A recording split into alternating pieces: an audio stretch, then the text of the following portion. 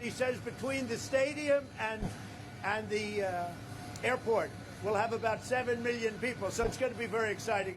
7 million people came out to see Trump go from the airport to the stadium?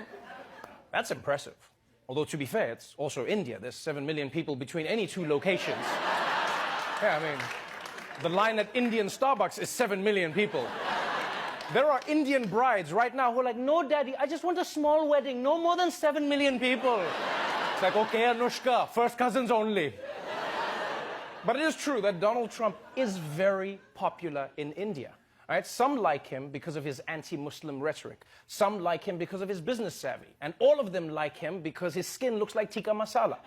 And since India is so fond of President Donald Jaipal Trump, they pulled out all the stops for his visits. At India's famous Taj Mahal, workers paint, spruce and polish. Roads are renovated. And nearby, the Yamuna River rises as millions of litres of water are released to cover its foul, polluted smell. Preparations included a hastily built wall that critics say was meant to block the view of a slum, keeping thousands of poor people out of sight. Yeah, India is trying so hard to impress Trump that they're building new roads, cleaning up dams, and even building a wall to hide their slums. And you know Trump's got to love that. He's just like, you see, they built a wall, and I haven't seen a single Mexican. It works, folks.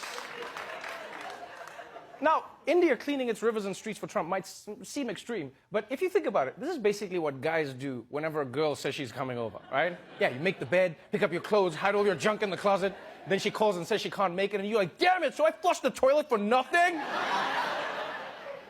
So clearly, India is trying to give Trump a memorable experience. There was, however, one tiny culture clash that Trump had to deal with.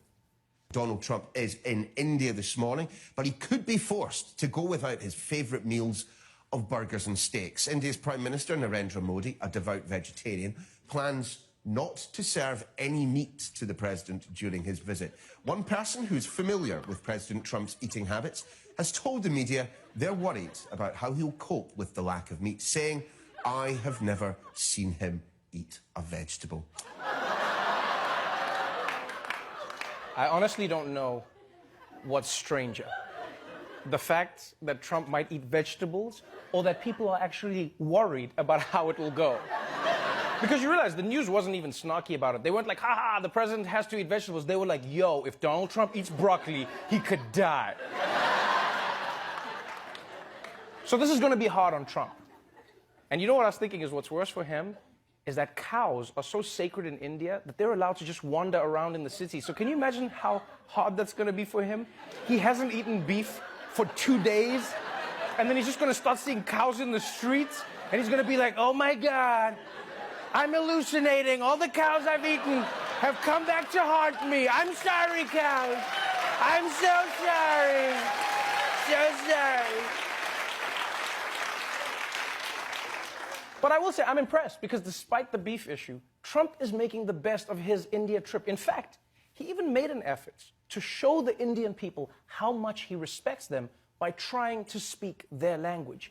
And it went about as well as you would think.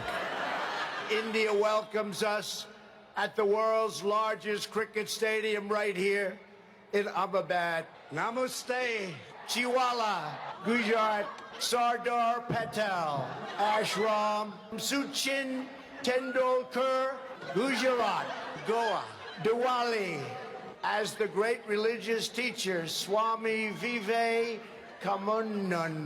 once said.